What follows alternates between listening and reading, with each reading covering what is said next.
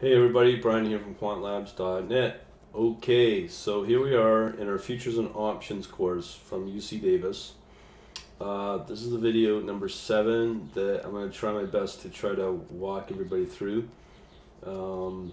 This is in temporal commodity pricing, storage, and how it affects a market. So just a couple of notes here.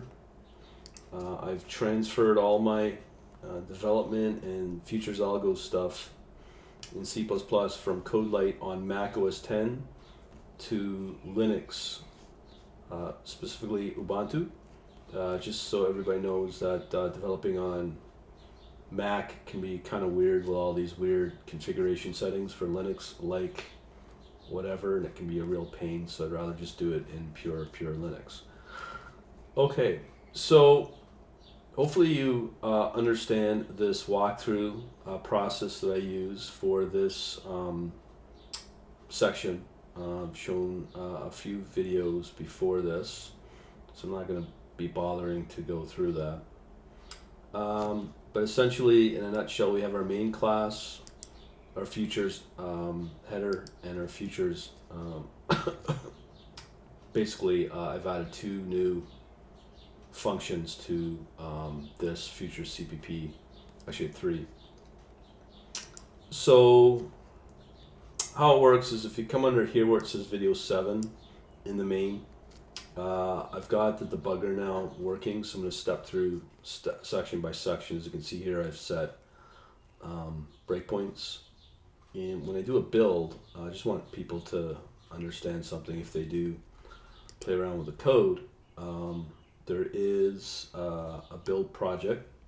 Actually, let me just do it here. But when you do build the project, you may find it gets kind of wonky with a lot of warning messages. I'm just kind of lazy and not cleaning up my code for unused variables, so I wouldn't worry about it too much. It does run. That's the main idea. And this is a testing set of things. This is never final. Just for demonstration and for my own uses as well.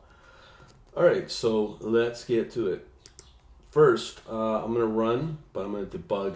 So I'm going to start my debugger. As I said, I've got all these different breakpoints set up just to break it at the points that I want to try to explain what it's doing. But again, if you don't really understand it, you want to watch this video to understand the principles. I'm just trying to automate these processes from this video series of course. Alright, so let me jump into the debugger and start her up. Okay, we just want to debug. Okay, so I'm going to do our next step. Okay, so what's going to happen here is what we're doing here is the first example is we're just calculating our basic storage cost. Now, again, what I've done is I'm using an extra function trying to leverage the availability of breaking out the trading logic and the mathematical algorithm. Now, these are really simple. I've said that before. In this case of basic storage, it's just basically the spot price with the difference of the storage cost. Now, usually what I'm showing you here, supply and demand, is basically important to understand that this concept has worked well before electronic trading came into play. So we're going all the way up to probably the 80s. So for over 100 years out of Chicago, the markets worked off of these exact same principles, supply and demand. So obviously I'm automating it, maybe a little too limited or kind of useless for most people, but it's just important to understand the concepts, I find, to understand the balances as we move into a better explanation and more detailed breakdown. So in this example here, what I'm doing is I'm just basically adding the spot and the storage cost to create a new futures price. That's it. Real exciting stuff, I know. So we got our set our price at future price at 50, or the spot price at 505, which is the same as really the cash price plus the storage cost. Now, these functions and supply and demand concepts really only work for deliverable and storable commodities. Those include agriculture, metals, T-bonds, and energy, so oil, natural gas, that sort of thing. So what we're doing is we've got a future price of 505, storage price of 21, and real difficult here, but it's just going to return the future price. So let me run that. I think this little green arrow is where we're at. That's our execution point. So if I look at our X terminal, the output, you'll see here that this is supposed to be soya. Our future price was at 526, storage plus the future price, or sorry, the spot price. Now, as we move into things, now you'll notice here I've got the time stamp of that video, so it's roughly close to in that video where this code resides. So here, oh, and I'm sure there's a question about where do I get the code. Well, this is really for my Quant Elite members, so that's for them. But it's very simple, but it just enables you to understand from a C++ point of view how this works. And in the main class, what I'm doing is just basically showing typical trading logic use cases.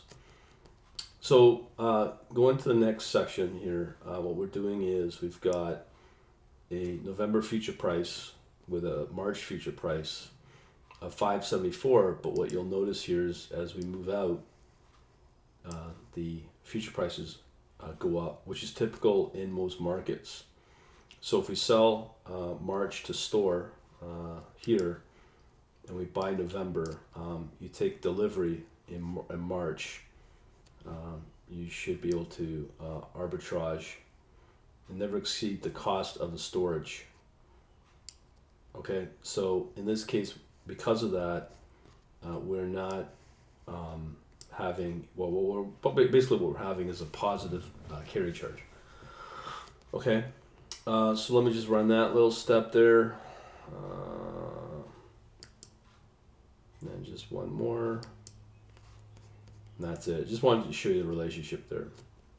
So here for wheat, this is typically different, where we have a spot price of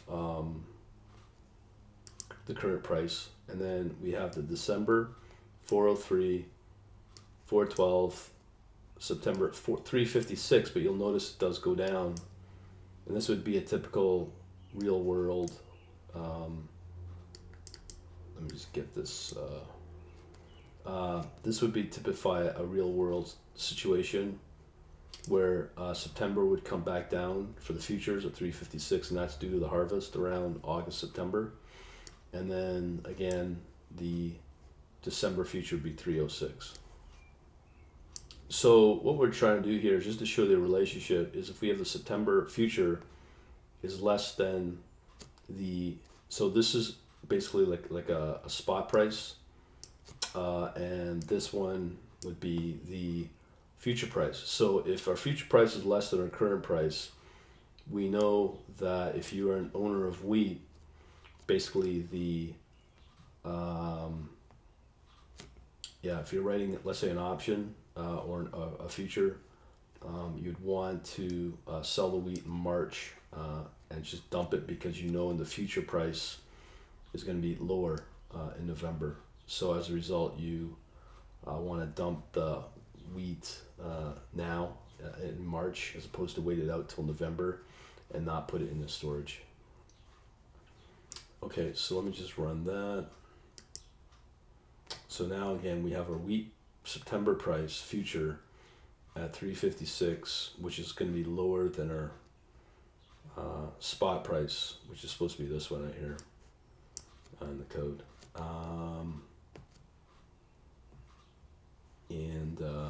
Basically, yeah, so look at that little message. So again, if I look at my terminal, see owner of wheat might in March sell as a future is less than the March future. So again, what that means is here is when the future price is less than the spot price, you are going into what they call an inverted or a backwardation market. All right, so this example here at 2411, we have a futures and cash price pattern, and the cash spot price, which is prior to the harvest, is at 250. So in December, it's only at 270, and then it goes back up to 285 later in the year. So our July is at 260, September is at 240, again, backwardation. And when you look at these two, the difference, there's a discount since the future, as you can see here in the comments, if I can get it working, is less than the cash price. And then that, as I said, that means the market goes into backwardation. Okay, so now we gotta also factor in our storage costs between December and August futures. And also you would get a discount, as I mentioned earlier as well. So an example of that is if the September futures price, which is here at 240, is less than the August price of 250, then again you have backwardation, and you have a discount price of -10. Let me just show you that code here. We'll run it to here. Okay, so we're here. Okay, so we're just going to step through these. So we know our September future is 240, really, is less than the August futures of 250. So if I do a next, and then show you the X term, that's what exactly holds, is that the owner of wheat, oh no, we just did that. So we have a backward inverted futures market based on this message here. And the discount would be the difference between those two, which is 10 cents. Yeah. All right. So the next example is what they call spatial price relationship, 3105. This example is pretty lengthy. What we're doing is the traditional supply and demand curves. And obviously I don't have the curves here, but typically what would happen is, as an example, that 40 cents per gallon heating oil would clear, and we set that equilibrium, the clearance price. We could set our summer price, supply price at 42 cents. So essentially right here, what we're saying is if the summer supply is greater than the clearance price, that obviously means the supply does not clear the market, meaning we now have excess supply. So we just run to that point. Okay. So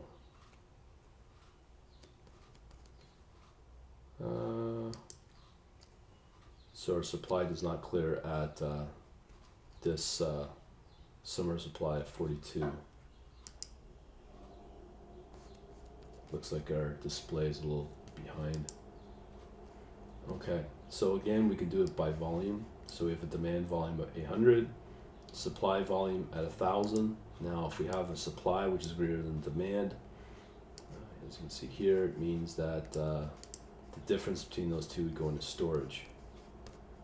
Let's see what happens here.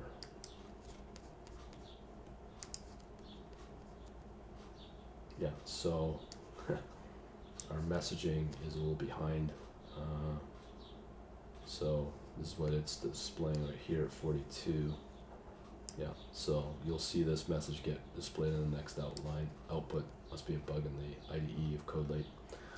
Okay, so knowing that, now this is the notation here is kind of important. So we have here the supply of inventory, demand of inventory. Okay. So the clearing is the intercept of these two curves, of the demand and supply curves, and that's for inventory, okay? Now, if you factor in without storage cost, again, this is again kind of important, where storage only takes place when storage cost is greater or is less than. So this is when only the merchants will store if it is less than the storage cost is less than the future spread. Without the futures cost, not future spread, is the difference between supply and demand. Okay. So in this example, we have a winter price of 40 cents, summer price at 50 cents, and a storage of 15 cents. So if we know that our summer price is greater than our winter price, what we're doing here is we buy the winter and sold in the summer, where there's a return of 10 cents.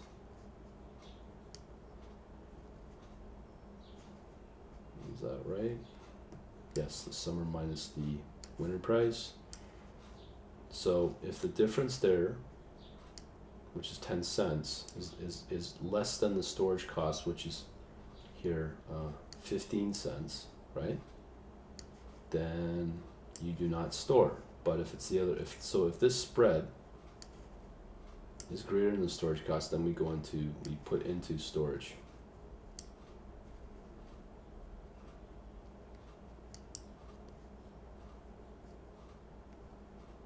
Okay.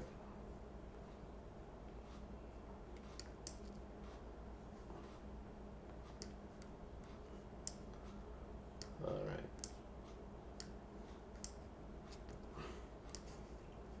Okay, so you know that.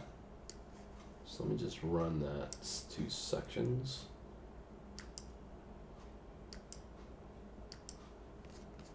Okay. So again, our supply is greater than, no. So again, our messaging is one print statement behind. All right.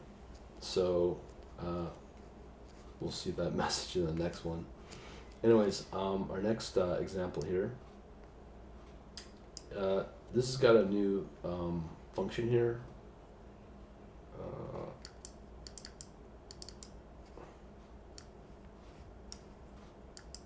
Let me just see if I can jump to it.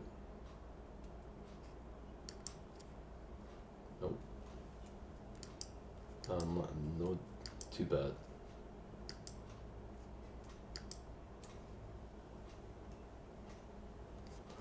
All right. So, anyways,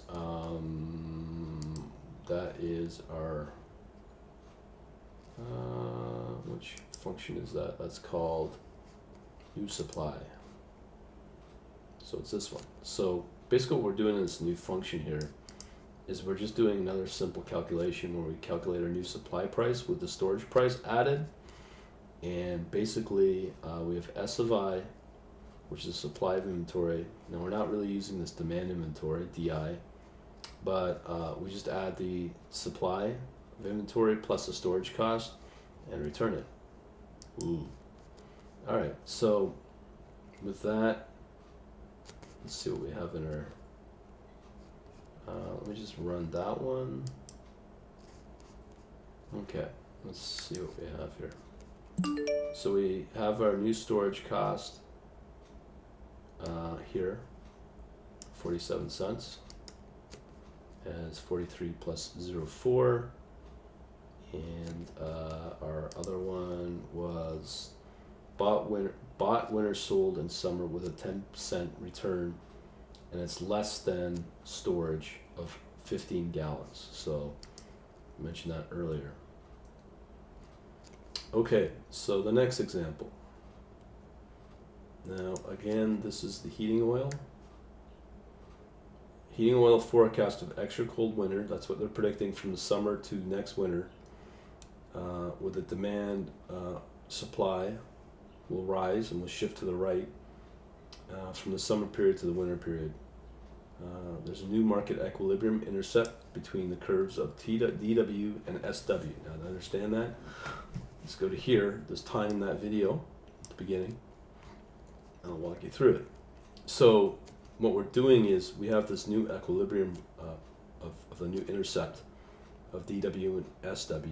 And again, we need to calculate our demand of inventory, which is DW minus SW plus the storage cost.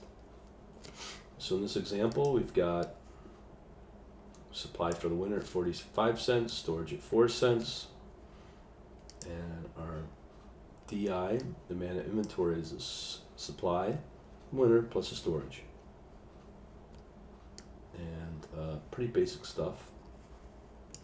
So we just run that next. So we are looking for, let's do another next. Okay, so here we are, DI. So if I go into DI, here's our new demand of inventory at 49 cents, which is correct of the supply and storage. Okay, so we're coming down to the last two, actually last three, I should say. All right. Well, where's the little green marker here? Must think it's right here. Okay, so what we have here now is we have the excess supply for the summer, demand of the summer, and the demand of, sorry, the supply of summer. Damn, my typing is not very good these days. Supply and excess supply. Okay. So knowing that, so we have our usual DS, our supply in the summer, equilibrium at 40 cents. So again, excess supply is demand minus the supply in the summer with a new equilibrium, or the current market price is 43 cents, where obviously it doesn't clear, and you want the clearing price of the market at 40 cents, which is here, which is the equilibrium. From there, we now have two new quantities, where Q2 is the amount demanded on the demand curve, and Q1 would be the amount on the supply curve. So I can show you these values, but the only one that might be worthwhile is the excess supply. So we should be able to find it here now. Let's see, yes. Here we go, there's our new excess supply, $1.38, let's say. So we have our price, 43 cents, new quantities for both amount demanded, supply demanded. We also have a new Q3, really it's this one that we're finding useful, is if you saw the chart, again, at 47.20, you'd understand it. The distance between 0 and Q3 would equal the same as Q1 minus Q2, which is again the difference between the quantity of demand and supply. Okay, one last example here. So here we set our equilibrium at 50 cents. We have our winter price at 45. We have a quantity volume at 1,000, supply at 800. And now we can calculate our excess demand for the winter, the difference between the demand of winter quantity and the quantity of the supply of winter. And that's pretty well it. As I said, nothing earth-shattering, but just wanted to show you the examples here. So if you want to get the code, just become one of my members and Quant Elite members, and we'll get that straightened out, I guess, and get access. And I'll be doing a live lesson on this too as well. But again, you want to watch this video as I said, this one right here from UC Davis, right here, Futures and Options course, video number 7. Talk to you later.